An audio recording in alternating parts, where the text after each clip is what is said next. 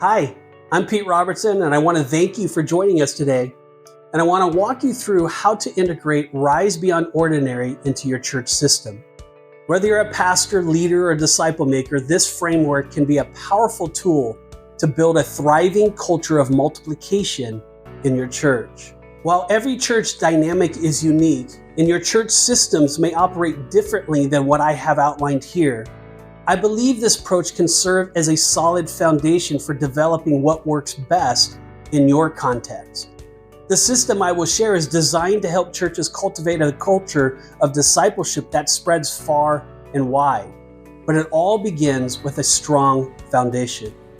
The key to success is ensuring that the pastor has established an initial discipleship leadership team themselves, and that team is already actively discipling others within the church. Only then can you build upon that foundation and create a thriving discipleship ministry. All right, let's get started with step 1. Establish a leadership team.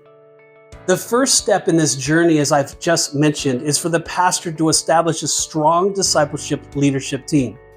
Ideally, this team should include about 5 to 10 fully trained individuals, though the number can be adjusted based on the size and needs of the congregation.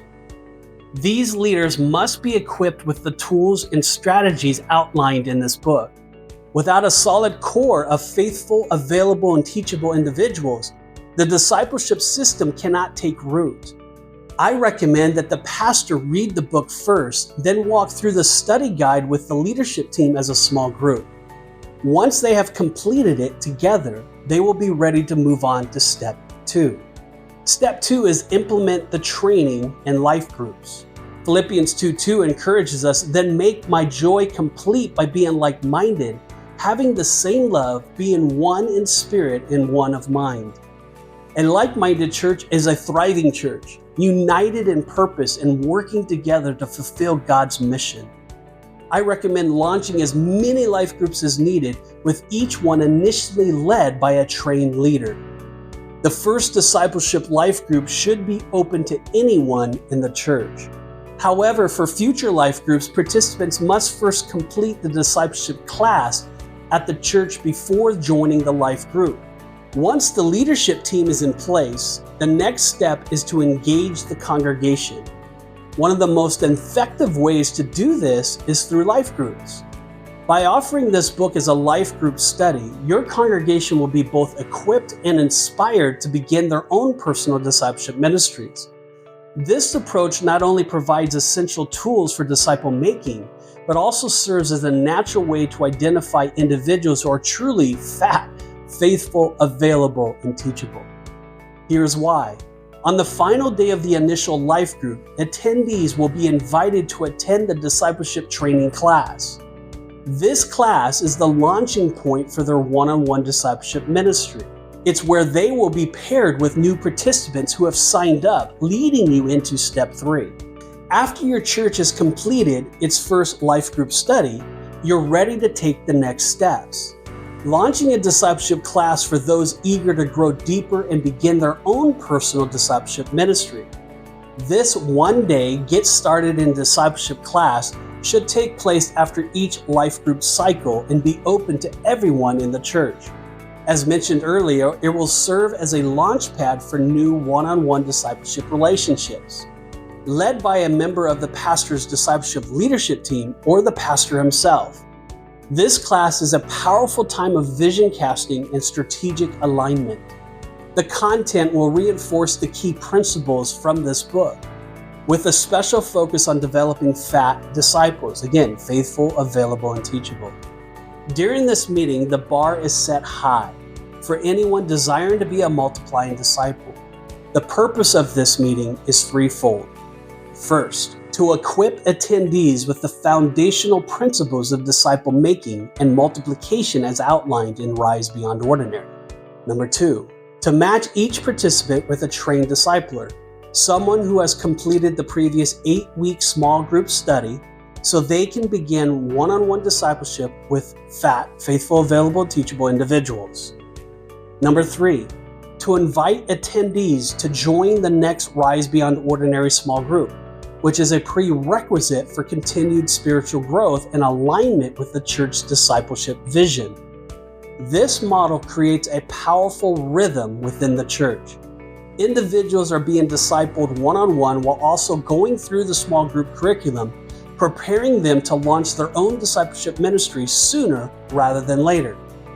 Once this system is in place, it becomes a sustainable cycle. After each life group concludes, a class date is set. Attendees from the small group attend the class to prepare to disciple someone new. At the same time, those ready to be discipled begin one-on-one discipleship and also join the next small group, keeping the multiplication cycle going strong. This system accomplishes several key outcomes. Trained leaders from the previous life group now begin discipling others within the church. The church becomes increasingly unified and like-minded in the vision and mission. A sustainable discipleship cycle begins to take root, transforming the church one disciple at a time, just as it did in the early church. It is important to remember that this movement starts from the pulpit. The pastor or a church leader must consistently share the vision with the congregation, inviting them into the discipleship journey. Be intentional about offering discipleship classes after each small group cycle. Set a clear date and time, ideally before or after Sunday service, for the orientation class. During this session, leadership will recap key themes from Rise Beyond Ordinary, challenge attendees to rise to the call, and organize new life groups for those ready to begin personal disciple making. Spiritual growth flourishes when discipleship multiplication begins. As each disciple learns and leads, the impact multiplies. Everyone leaves with tools to grow and a vision to go. And now you are ready for the next step, selecting the curriculum that will best support this multiplying discipleship movement. You provide each person who attends the class and is ready to begin being discipled with a copy of the curriculum you've selected. Be sure the curriculum is structured as a conversation, not a presentation. It should be designed to draw individuals closer to Jesus and be truly life-transforming, so that after each meeting, every disciple leaves spiritually refreshed and renewed. As noted previously, Natural Discipleship offers excellent, transferable, conversation-based curriculum that even new believers can use to disciple other new believers. I highly recommend using either their 9-step or Keys to Being Set Free curriculum. Both are designed to create a system that naturally multiplies from one disciple to another. You can find the curriculum for free in the App Store under Natural Discipleship. Seek the Lord's guidance as you choose a curriculum that will be both effective and transferable within your unique church context. When this system is implemented, it creates an exciting ripple effect that transforms individuals, families, and ultimately the church as a whole. Every fat person in the church will be equipped to start their own discipleship ministry, leading to a powerful discipleship movement that spreads across the world.